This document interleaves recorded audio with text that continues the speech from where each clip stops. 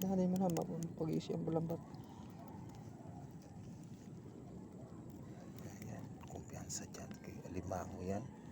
Pag nasipit ka niya, isang buwan mo daladalahin yung sugat. Ay 2 buwan.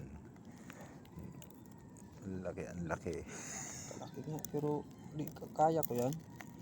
Yeah. Kahit masakit yung kamay ko, pero hindi ko talaga yan bibitawan. Brad. Pa, anuhin mo, kagatin ko yan. Sige, kagatin mo, Brad. Suksukan ko ha. Oh. Maniwala ka sa akin kasi matalino ako dito eh. Okay.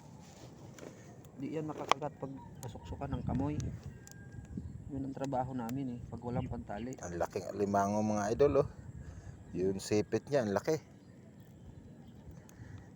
Suksukan lang yung ano niya. Matalino ako dito.